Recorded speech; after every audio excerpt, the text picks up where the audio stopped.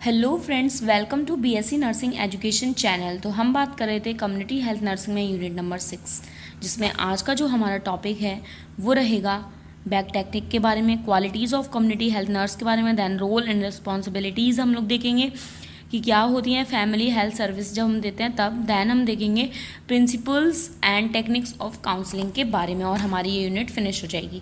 तो back technique क्या है? Back technique is a tool by which during the home visit the nurse perform nursing procedure with ease, precision to save time and efforts with the purpose of providing effective nursing care to the patient। ठीक है, तो back technique जो है ये एक तरीके का tool है। ठीक है, जब हम होम विज़िट करते हैं तो जो नर्स है वो जो नर्सिंग प्रोसीजर्स होते हैं उनको क्या है परफॉर्म करती है होम विज़िट पर। ठीक है, तो उसमें क्या है इजी हो जाता है चीज़ों को रखना, उससे क्या है समय बचता है, एफर्ट्स बचते हैं। ठीक है, और इसका पर्पस सिर्फ यही है कि जिससे हम लोग क्या है जो नर्सेज हैं वो एक इफ़ेक्टिव केयर दे पाएँ। ठीक है, तो बैग टेक्निक पता है क्या होता है? बैग टेक्निक क्या होता है? एक सिंपली बैग होता है, उसमें सारे के सारे जो भी इंस्ट्रूमेंट्स हैं, इक्विपमेंट हैं, वो रखे जाते हैं एक प्रोसीजर के लिए। ठीक है, जिसमें क्या है जब भी हम होम विजिट करते हैं तो लोगों को क्या है हम लोग प्रोसीजर्स करके दिखाते हैं, तो इसके लिए क्या है बैग टेक्निक होती है। The bag should be such that it can be carried by the hand और ऑन सोल्जर। ठीक है, और बैग इस तरीके का होना चाहिए कि आप उसको हाथ में पकड़ सको और या फिर अपने सोल्जर पे टांग सको। ठीक है, the bag should have pocket to keep a notebook, pen, tape measure, newspaper और plastic sheet, towel, soap in a soap case and nail brush. ठीक है, और जो बैग है उसमें क्या है पॉकेट्स होनी चाहिए जिसमें आप अपनी नोटबुक, पेन रख पाओ, टेप रख पाओ, न्यूज़पेपर रख पाओ, प्लास्टिक शीट्स वगैरह रख पाओ, टॉवल रख पाओ, सोप रख पाओ, नेल ब्रश वगैरह रख पाओ।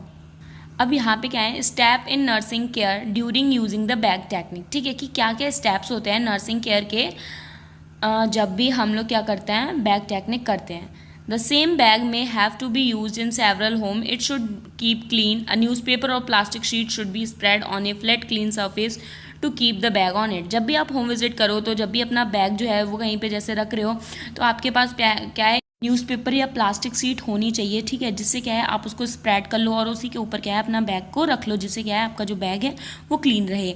अ bag should be kept away from the reach of children and animal. ठीक है, और बैग को क्या है आपको इतना दूर रखना है जिससे क्या है बच्चे उसको टच नहीं कर सकें। ठीक है, वहाँ तक नहीं पहुँच सकें और जो भी एनिमल्स वगैरह हैं, पेट एनिमल्स हैं या जो भी हैं वहाँ, तो वो वहाँ तक ना पहुँच सके, जिससे कि क्या है आपका बैग जो है वो ख़राब हो या फिर इन्फेक्टेड हो। The nurse should properly wash her hand with soap and water before opening the bag. She should take out only the require items. ठीक है, और जो नर्स है उसको क्या है प्रॉपरली अपने हैंड को वॉश कर लेने हैं साबुन के साथ। ठीक है, और वाटर के साथ जब भी वो बैग को ओपन कर रही है या फिर क्लोज कर रही है। ठीक है, और उसको क्या है कि जो भी रिक्वायर आइटम्स हैं सिर्फ उन्हीं को निकालना है, फालतू की मतलब एक्स्ट्रा चीज़ों को नहीं निकालना है वहाँ पे, क्योंकि जिसकी ज़रूरत है वही निकालो, क्योंकि जो और भी इंस्ट्रूमेंट्स वगैरह हैं उनको क्या है क्लीन करना पड़ता है, जिससे कि क्या है वो इन्फेक्टेड हो जाते हैं ना, इस वजह से। The nurse she should carry out the nursing procedure there after all the instrument should be wash. ठीक है, जब वो सारे नर्सिंग प्रोसीजर्स क्या है वहाँ पे कर लेती है होम विजिट के दौरान, तो उसके बाद क्या है जो भी इंस्ट्रूमेंट्स वगैरह हैं उनको क्या है वॉश करना पड़ता है। The used newspaper should be folded with used side and inside capped in the outer pocket. और जो न्यूज़पेपर आपने वहाँ पे लगाया हुआ था उसको क्या है आप फोल्ड कर लोगे और जो भी साइड में पॉकेट वगैरह है वहाँ पे क्या है उसको रख लोगे। देन हम बात करेंगे quality of community health nurse की, क्या क्या क्वालिटीज़ होनी चाहिए एक कम्युनिटी हेल्थ नर्स में। तो फर्स्ट है एजुकेशनल क्वालिफिकेशन। कोई भी नर्स है ठीक है तो उसको क्या है सबसे पहले क्या है एजुकेटेड होना चाहिए, उसमें क्वालिफिकेशंस होनी चाहिए। ठीक है, she should have the diploma in GNM and BSc nursing degree registered with state nursing council. ठीक है, उसके पास क्या है डिप्लोमा या फिर डिग्री कोर्स होना चाहिए नर्सिंग का। ठीक है, लाइक जीएनएम होना चाहिए, बीएससी नर्सिंग होना चाहिए। ठीक है, फिर एमएससी वगैरह भी होता है तो वो भी होना चाहिए। ठीक है, देन कम्युनिकेशन स्किल्स। जो भी CHN नर्स है ठीक है community health nurse should be a good communicator for maintaining good relationship with the family. ठीक है, उसकी जो कम्युनिकेशन स्किल्स हैं वो क्या है बहुत ज़्यादा अच्छी होनी चाहिए। इससे क्या होता है कि जो होम विजिट के दौरान क्या है जो नर्स जा रही है वहाँ पे ठीक है तो वो क्या है एक अच्छा रिलेशनशिप बना पाती है, IPR मेंटेन कर पाती है जो भी वहाँ के फैमिली मेम्बर्स हैं। ऑब्जर्वेशनल स्किल्स, उसके पास क्या है एक ऑब्जर्वेशनल स्किल्स होनी चाहिए। A community health nurse should be a good observer for doing a good assessment of the family and giving service according to their needs. ठीक है, तो जो कम्युनिटी हेल्थ नर्स है वो क्या है, एक अच्छी ऑब्जर्वर होनी चाहिए और वो क्या है, एक अच्छा सा असेसमेंट कर सके, वो जो फैमिली है उसको क्या है असेस कर सके, उनकी जो भी प्रॉब्लम्स वगैरह हैं और उनकी जो भी हेल्थ कंडीशन है वो क्यों हो रही है, इन चीज़ों को क्या है वो असेस कर सके और एक अच्छी सर्विस दे सके जो कि भी उन्हें नीड है वो चीज़ें सारी की। टीचर का क्वालिटी होनी चाहिए। ठीक है, a community health nurse should be a good teacher for providing health education to the family according to their needs. ठीक है, तो एक गुड टीचर होना चाहिए, इससे क्या है जो भी उसकी नीड्स हैं, फैमिली मेम्बर्स हैं या फिर जो भी पेशेंट है उसकी जो भी नीड है उसके हिसाब से क्या है वो उसको एजुकेशन, हेल्थ एजुकेशन प्रोवाइड कर सके। ठीक है, देन एडवोकेटर का रोल प्ले करती है, ये क्या है क्वालिटी होनी चाहिए।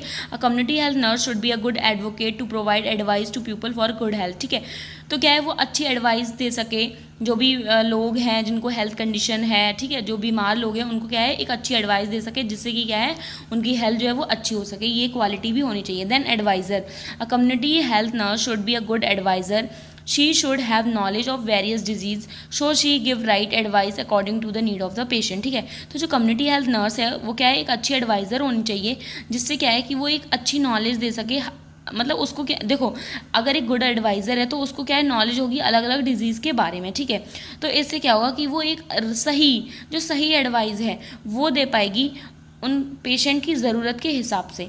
देन एक प्लानर, ठीक है, तो जो क्वालिटी है नर्स की, कम्युनिटी हेल्थ नर्स की, तो क्या है एक अच्छा प्लानर भी होनी चाहिए उसको। A community health nurse should be a good planner होना चाहिए। She should plan well all the activities, और वो क्या है जो भी एक्टिविटीज़ को प्लान कर रही है वो अच्छे से करे before executing, so cut down many barriers, जिससे क्या है देखो जो प्लानिंग है वो अच्छी करे जिससे क्या है जो आगे आने वाले बैरियर्स हैं वो क्या है कम हो जाएं। ठीक है, देन ऑर्गेनाइज़र, एक क्वालिटी ऑर्गेनाइज़र की भी होनी चाहिए कि एक अच्छा ऑर्गेनाइज़र होना चाहिए कम्युनिटी हेल्थ नर्स को। ठीक है, to organise many things in the community like health camp वगैरह। ठीक है, तो क्या है एक अच्छा ऑर्गेनाइज़र होना चाहिए जिससे क्या है कम्युनिटी में क्या है कैंप वगैरह लोग लगाते हैं ना, तो अच्छे से उन चीज़ों को क्या है वो ऑर्गेनाइज कर पाए। Then evaluator, a community health nurse can evaluate the health activity plan for the community. ठीक है, तो ये एवेल्युएटर की भी क्वालिटी होनी चाहिए कि जो भी चीज़ें उसने प्रोवाइड कराई हैं, जो भी हेल्थ एजुकेशन दी है, एडवाइस दी है, अवेयरनेस फैलाई है, ठीक है, तो उन चीज़ों को क्या है वो एवेल्युएट भी कर सके कि लोग उसको कितना अप्लाई कर रहे हैं। ठीक है, और कितना उनमें चेंजेस देखने को मिल रहा है उनकी हेल्थ कंडीशन में। Then role and responsibility of community health nursing personal in family health services. ठीक है, तो क्या रोल है, रिस्पॉन्सिबिलिटी है कम्युनिटी हेल्थ नर्स पर्सनल की फैमिली हेल्थ सर्विसेज में। ठीक है, तो भी फैमिली को सर्विसेज वगैरह दे रही है, तो जो कम्युनिटी हेल्थ नर्स है उसका क्या रोल है, तो देखो जो सेम मैंने क्वालिटी में बताया वही इधर पे है। ठीक है, हेल्थ एजुकेटर का रोल है, ठीक है, कि वो हेल्थ एजुकेट देगी, हेल्थ एजुकेशन देगी जो भी डिजीज़ कंडीशन है उसके बारे में। देन मोटिवेटर का रोल प्ले करेगी कि लोगों को क्या है मोटिवेट करेगी कि वो जो अच्छी हैबिट्स हैं उनको लें।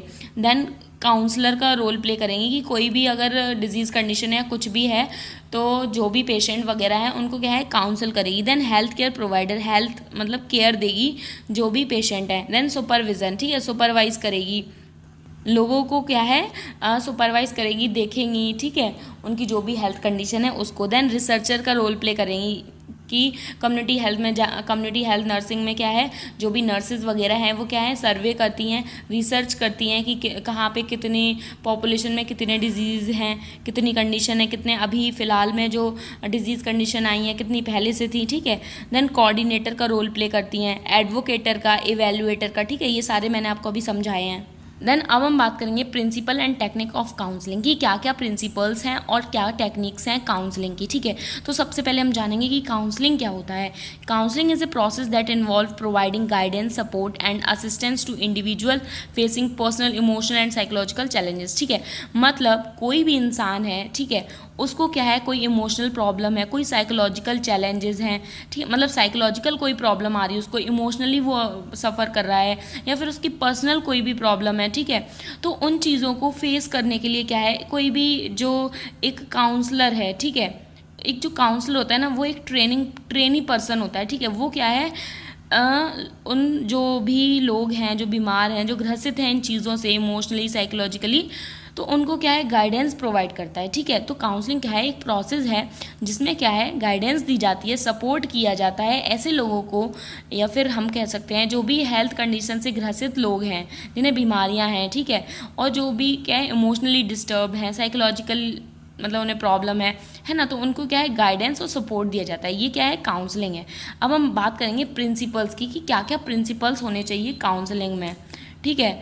तो फर्स्ट है एम्पैथी एंड रेस्पेक्ट, कि आप जब भी काउंसलिंग करो आपको एम्पैथी शो करनी है और रेस्पेक्ट भी देनी है। देन क्लाइंट सेंटर्ड अप्रोच, आपको क्या है जो आपका क्लाइंट है उसके हिसाब से आपको चीज़ों को देना है।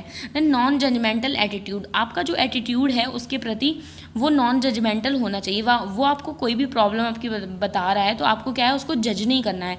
देन कॉन्फिडेंशियलिटी, आपको क्या है उसकी जो भी बातें हैं उनको प्राइवेट रखना है, कॉन्फिडेंशियलिटी रखनी है उसकी, ठीक है, इधर उधर शेयर चीज़ें नहीं करनी है। देन एक्टिव लिसनिंग, जब भी वो आपको अपनी प्रॉब्लम बता रहा है आपको प्रॉपरली उसको सुनना है। देन इथिकल बाउंड्रीज, ठीक है, तो एक क्लाइंट है और जो एक काउंसलर है, ठीक है, तो उसके बीच में क्या है एक प्रॉपर जो इथिक्स वाली बाउंड्रीज रहती है ना, कि हाँ आप पेशेंट हो, मैं नर्स हूँ, या फिर मैं काउंसलर हूँ, आप काउंसली हो, तो हमारे बीच में ये बाउंड्री रहनी चाहिए, ठीक है।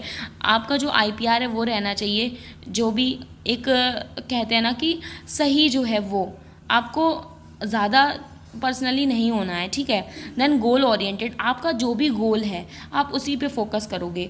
देन हम बात करेंगे टेक्निक्स की, कि ऐसी क्या क्या टेक्निक्स हैं जिनसे हम लोग काउंसलिंग और अच्छी कर सकते हैं, ठीक है। देन फर्स्ट है एक्टिव लिसनिंग, कि आप जो भी मतलब इंसान है, पेशेंट है, आपको अपनी प्रॉब्लम बता रहा है, आप उसको आपकी प्रॉब्लम मतलब आपको उसकी प्रॉब्लम को क्या है एक्टिवली सुनना है। देन ओपन एंडेड क्वेश्चन, आपको क्या है क्लोज एंडेड क्वेश्चन नहीं करने हैं, यस नो वाले क्वेश्चन नहीं करने हैं, आपको ओपन एंडेड क्वेश्चन करने हैं, कि जिसमें क्या है वो आपको ज़्यादा से ज़्यादा अपनी प्रॉब्लम को बताए। जैसे आप उससे पूछोगे कि हाँ आपको ये प्रॉब्लम कैसे हो गई, कहाँ हुई, कब से है ना, सारी चीज़ें पूछोगे। ये नहीं पूछोगे हाँ या ना वाले जवाब नहीं पूछोगे, सवाल नहीं पूछोगे, ठीक है। देन प्रॉब्लम सॉल्विंग, आपको क्या है उसकी जो भी प्रॉब्लम्स है उनको क्या है सॉल्व करना है। देन रिलैक्सेशन टेक्निक्स, आपको उसको क्या है कुछ रिलैक्सेशन टेक्निक्स बतानी है, ठीक है, लाइक आप योगा करो, एक्सरसाइज वगैरह करो, है ना, ऐसी चीज़ें आपको बतानी है, मेडिटेशन करो। देन डायरेक्टिव काउंसलिंग, उसकी जो भी प्रॉब्लम है उसको आप डायरेक्ट सॉल्व करने की कोशिश करो, आप उसको बोलो कि आपको ये आपको उसको एडवाइस करो, आप ये आपको करना है, तो वो उस चीज़ को फॉलो अप करे। देन नॉन डायरेक्टिव और क्लाइंट सेंटर्ड काउंसलिंग, यहाँ पे क्या है जो भी क्लाइंट चाहता है उस चीज़ को क्या है आप फोकस दोगे। देन कोऑपरेटिव काउंसलिंग, आपको क्या है कोऑपरेटिव काउंसलिंग देनी है। तो यहाँ पे क्या है जो हमारी कम्युनिटी हेल्थ नर्सिंग है उसकी जो यूनिट नंबर 6 है वो हमारी फिनिश हो जाती है। अगले लेक्चर में हम लोग अगली यूनिट कवर करेंगे, ठीक है। तो आप वीडियो को लाइक कर दीजिए, चैनल को सब्सक्राइब कर दीजिए। Thank you for watching my video.